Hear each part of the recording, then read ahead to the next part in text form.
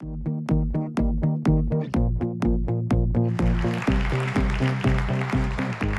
guys. So I'm here to talk to you about how some founders don't eat code for breakfast, however appetizing it may be.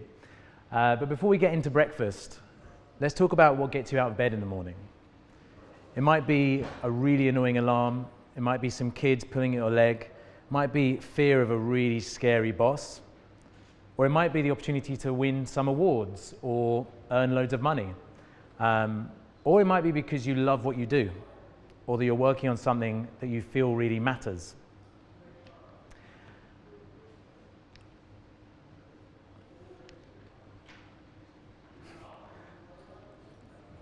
For me, around 10 years ago, I was probably more on the scale of feeling like I was learning a lot. That's what got me out of bed. Feeling like I had to be there because I had a really imposing boss working in a big corporate company. And then I realized that I wanted something more. I actually realized that I wanted to stop kind of analyzing, and I just wanted to do. I wanted to make stuff. So I started thinking about how can I do that? And I realized quite quickly that for me, the opportunity to start something from scratch was really exciting. So the question was, well, what are you going to do? And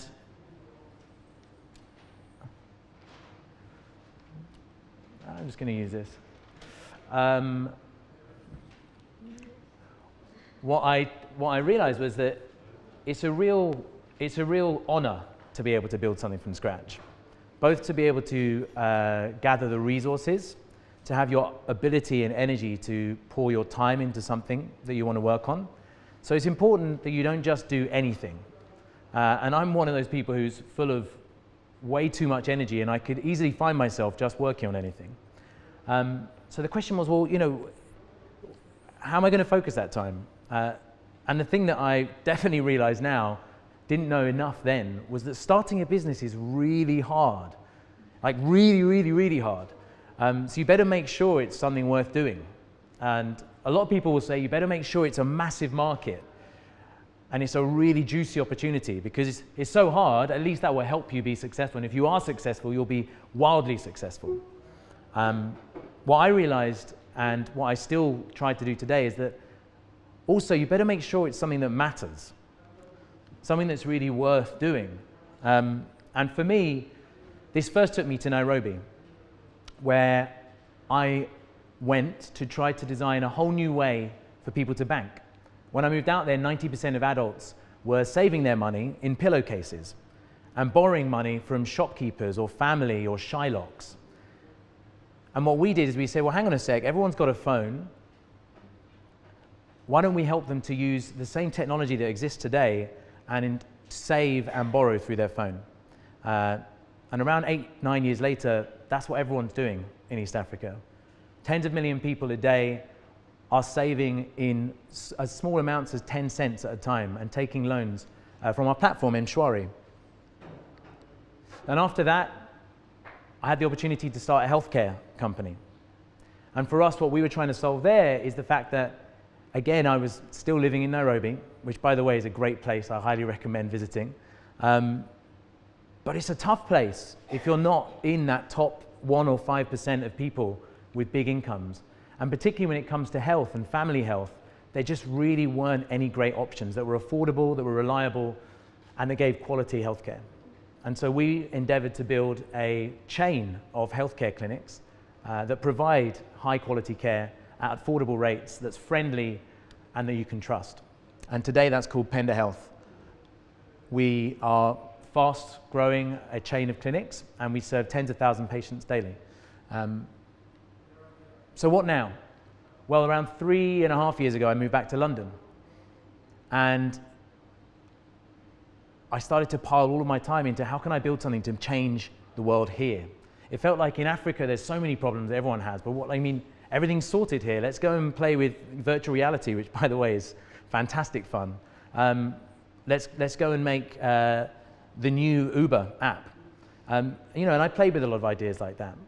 But by luck, really, I stumbled across the next thing that for me was something I really cared about and wanted to change, which is food. Food is an industry that impacts so many things in our planet. It's our health, it's our happiness. You've got to derive pleasure from food, but also it affects the environment. It affects the species on our planet. It actually affects the survival of mankind.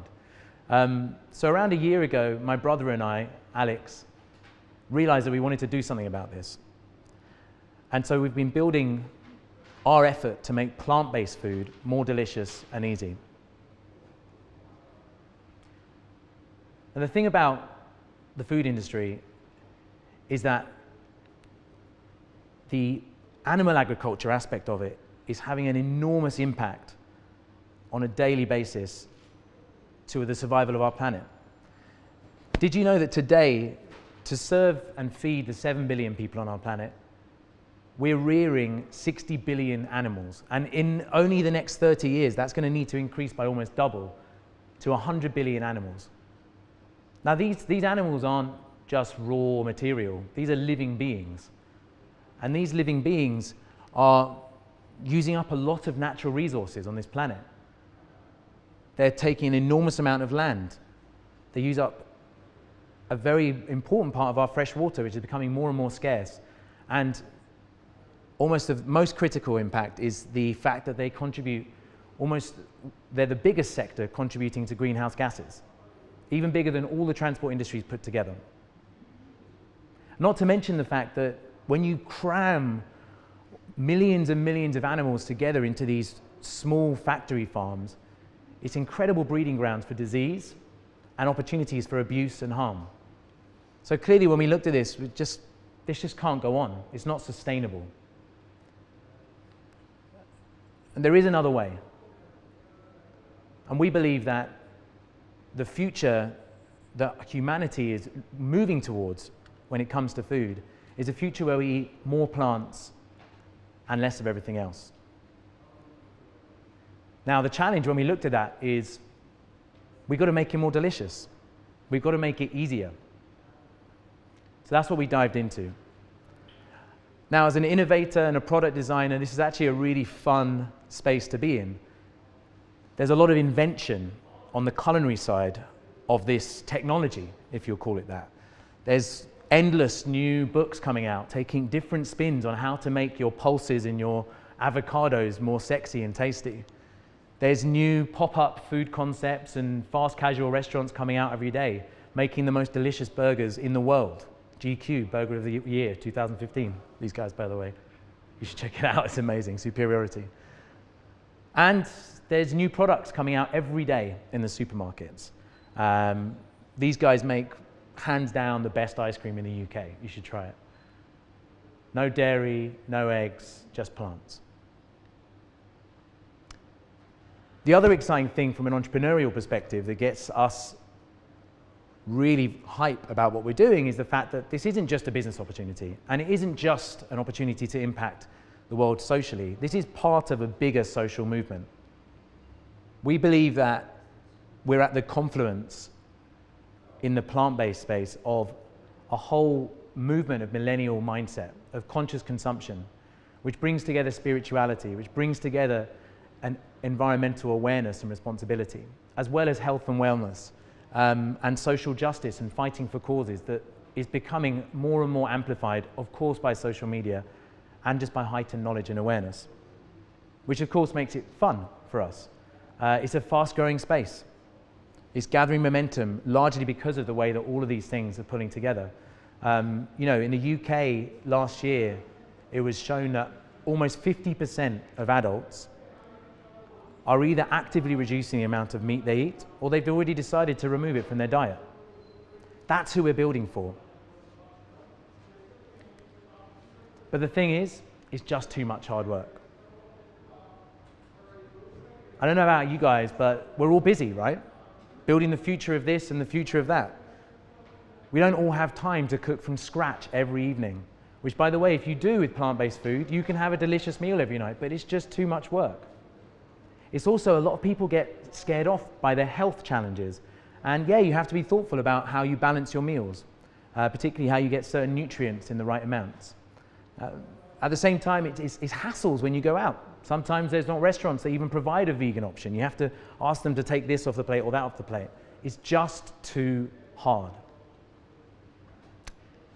So what we decided to question is, how do we help people to make better choices? And these aren't just us saying that this would be a better choice for you. These are choices that people want to make, that align with their values, but that at the moment are just too inconvenient to actually go through with.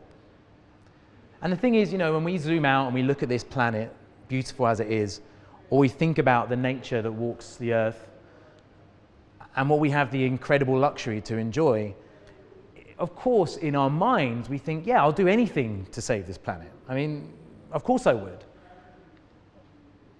And most of us would say, yeah, I'll change that. I'll recycle a little bit more. I'll switch cars eventually when I can afford a Tesla. I'll do that, But the challenge is that we're inundated with information. We're flooded with the need to make decisions as a consumer every day. And we as consumers are powerful because we're making 35,000 decisions, each of us, every day. That's 1 every 2.5 seconds. And that is challenging, it's taxing. The thing is, when you add that all up, you have 7 billion people doing that, we have a big sway on the world that we create around us. So we need to make better choices. We need to help people do that. Because otherwise, no matter how much mindfulness and social responsibility we all feel, not to mention all of the great documentaries that are coming out from Leonardo DiCaprio and showing all the animals and the impact and raising awareness, it doesn't matter. It all will fall on deaf ears if it's just not easier for everyone. So what we decided that we need to try to do is to provide better options. That's what Allplants is all about.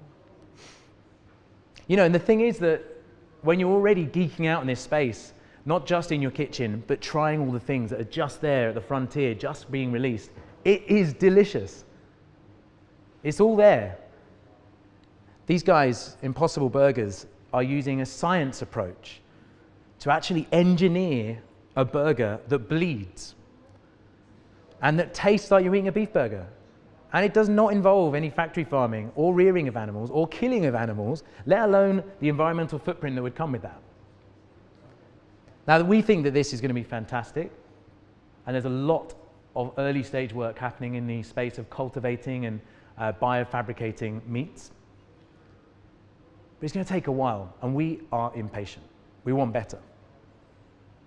And so we decided that actually what we can do already from now is start to celebrate and make available all of the amazing things that are already possible, all the amazing foods and cuisines, and put them in people's homes around the country. When I say around the country, by the way, I'm talking about the UK for now. So we're focused on trying to solve for what people want to eat and how to make it better for them. And there's a lot of demands, and we've done plenty of research. Fortunately, my co-founder, Alex, knows about food. So when I started saying, oh, it needs to be healthy and ethical, and it needs to be, like good brain food, and good, he's like, no, cut the crap. That's all that matters when you're making food, is it has to be delicious. That's the first and biggest driver of decision making. So we said, okay, we're flavor first, and it has to be easy. If you get those two right, and it's priced affordably, then we think we can have a massive impact on providing those choices and helping people make those better options. So we spent the last year developing what is our launch tasting menu.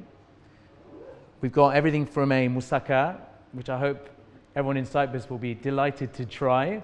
We're very proud to take our yaya's recipe and try to spin it into something that doesn't have the meat, that doesn't have the cream or the cheese, but has just as much deliciousness. Then we've got the Caribbean jerk jackfruit, which is an amazing fruit, which actually feels like you're eating like a pulled pork or chicken, which we supplement with black rice, sweet peas, etc.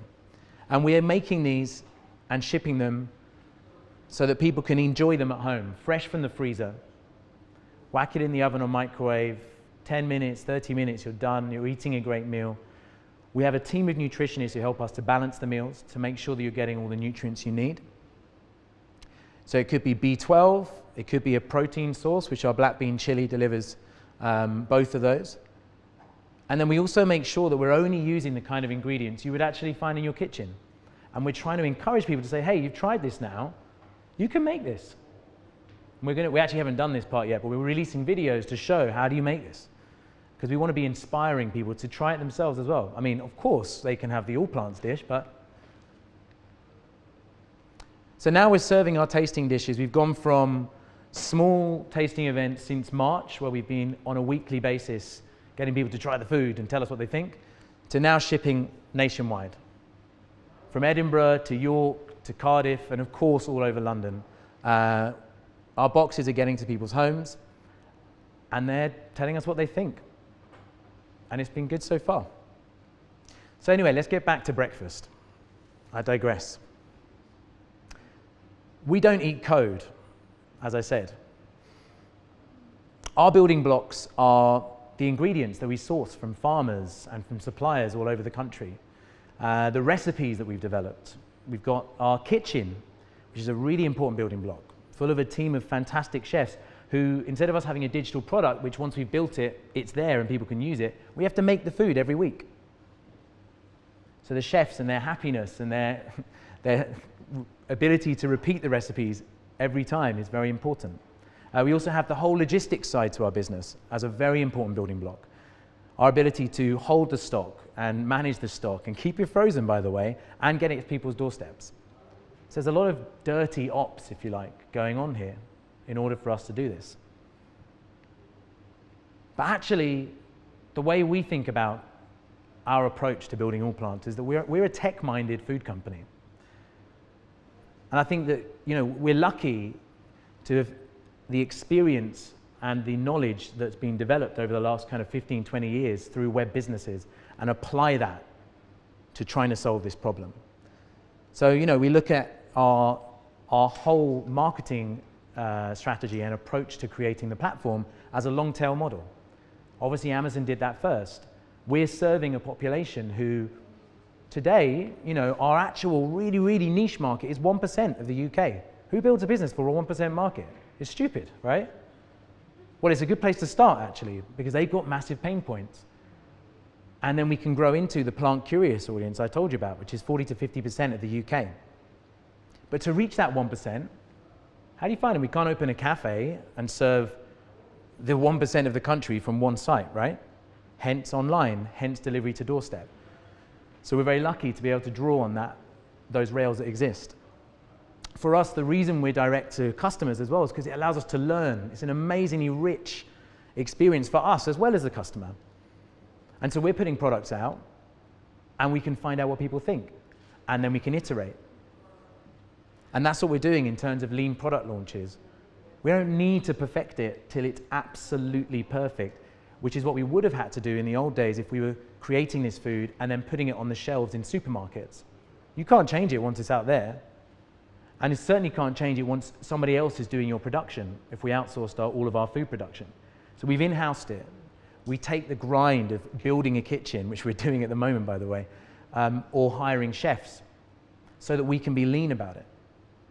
And you guys, I'm sure, adherents to lean startup, that's what we're doing with our food. So we put it out there in small batches, and then we rapidly iterate based on feedback and learnings till we get the product that we actually really think is perfect. And I mentioned our dirty ops. I mean, everything from quality assessment to health and safety to sourcing to stock management, logistics. I mean, all of that is tech enabled. We couldn't do it without Google Docs, without the couple of softwares that we've got plugged in at the moment, and the more that we're going to build in-house to actually address those problems and make them manageable. Otherwise, it'd be an absolute nightmare.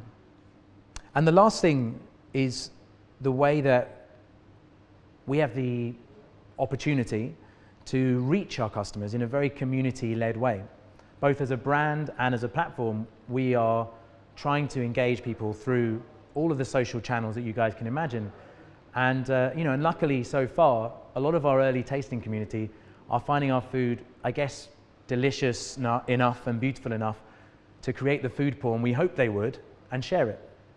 which is a really important tech-enabled way that we're going about things. So that's Allplants. And I guess I have a question for you, which is, what are you going to do that matters? Thanks.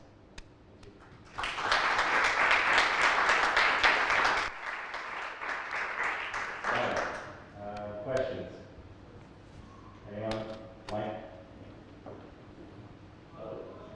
What were some of the biggest challenges you had throughout the last year starting this up, and how did you overcome them, let's say?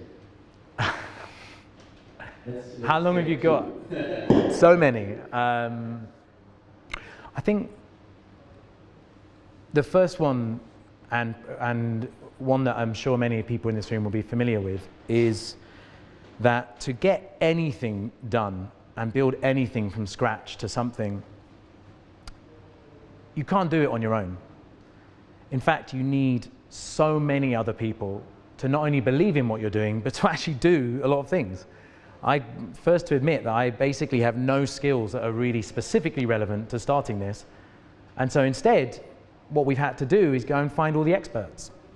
And so we spent months and months trying to find the right development chef to partner with us and spend a day per week for about 5 months in the kitchen and running tasting events to allow us to iterate the food and to learn how do you freeze something and then make sure that it recooks in the perfect way and maintains the nutrient balance and the flavor balance. So we had to find that person.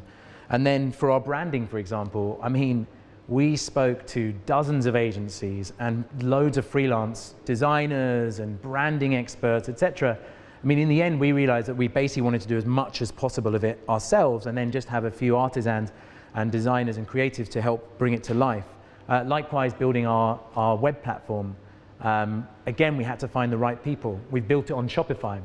And so deciding to do that meant we then had a very narrow pool of Shopify platform building experts around the UK to choose from. Again, we had to go and meet loads of them and find the ones who believed in it and who had the willingness to move fast and to do things at an affordable rate, you know? So I think for us, certainly the first thing has been people, and that will, I'm sure, continue to be a challenge. It just always is. That's, if anything, one of the biggest jobs you have as a founder. It's to gather and inspire people and to keep them working hard on the vision. And other than that, I guess the other challenge has been working out how to prioritize what we're doing. Is probably the other biggest thing. We have a list longer than both my arms of other dishes we wish we were doing, of other product categories we wish we were in. We want to be ambient. We want to be doing desserts. We want to be doing sides. We wanted to, we want to launch restaurants. We want to do pop-ups here. And it's endless and it's really exciting. And the challenge is to be able to say no and say no with confidence, because you have, and to believe in the fact that the thing you're doing right now is the right thing to be doing. So that's definitely a challenge, and we find ourselves probably more often than we should be revisiting that, saying, hang on, and okay, no, fine, carry on with what we're doing. And so, yeah, so I think that's, again, a classic thing that is not just starting stage, it's throughout the life cycle of a startup. But that is what it is, and yeah, that's the art of building things. Thanks, Michael. Anybody else? I've actually got a couple questions. Okay. No, because I come from the hospitality industry as well. I work in hotels. So the thing that pops out to me straight away is this is traditionally a non-tech business, right? You're making food, which is somehow in a lot of our minds we say that there's tech businesses and there's non-tech businesses. And you've clearly sort of embedded the two, and you've done it really, really well. I mean, visually, it's just stunning. And I kind of wanted to pick your brain on how important technology is going to be to you, theoretically a non-tech sort of subject going forward. So are we all going to have to sort of introduce tech elements into our businesses, or can we still stay offline? I don't think we can. Yeah, so certainly, let me provide a few analogues to what we're doing first that are not tech-enabled, and explain why I think they should be, and why I think that it gives us a head start, if you like, to be only tech. So there's a couple of analogues which are, for example, there's a company called Cook, who really, I would say, in the UK have championed quality frozen food for the last 15 years. They do all of their own production, as we plan to do. So they have a couple of enormous commercial kitchens where they centrally produce all of their food. And they, last year they made 10 million meals. Okay, so they're producing a lot of food, and it's all by hand, by the way. So this is not factory processed, this is hand cooked like you would have in a kitchen at a restaurant or in your home. It's a very similar format, but their sales and distribution is through an own store franchise network. They have 90 stores around the country. And by the way, we would love to have stores. Physical environments is so exciting and great to create. But the capital intensity and the slow scale speed that would provide us are both very unattractive. So for us, we've kind of skipped over that step and gone with the central kitchen straight to doorsteps around the country. And it's an interesting one. I know Tim was talking about disruption earlier and how hard it is for an existing business to adopt a new practice or to integrate a new way of doing things when it eats their core business model. Because the way that Cook currently reach their online customers, they do some online sales, it's around 5 to 10% of their platform at the moment, is through their own little vans. They've got these dinky little design vans that do like a 20-minute radius around each of these 90 stores. Now that doesn't reach every corner of the UK, not even close. So they're massively limiting their market that they can address by only distributing like that. And I don't want to belittle what we've achieved in the last 9 months, but with only our own gas and ideas, we've managed to build a distribution platform that allows us to reach every doorstep and not use our own vans, but use the ambient distribution networks that exist, like Royal Mail, Yodel, Parcel Force. And I just think that that's beyond Cook today to be able to do that, because it's not how they do things. So they're limiting their market. In terms of needing to be online, I mean, it's a bit too late for that if there's people in here who aren't yet not only aware of that, but making the steps that they need to address that opportunity. And for us, we're using it for everything. We're using it to find a market and sell to that market. We're using it to fulfill our orders and to manage our whole operation. And yeah, so I mean, yes, it is important. I definitely agree. Anything else, or should we close it up? I think we're right about on time anyway. Cool.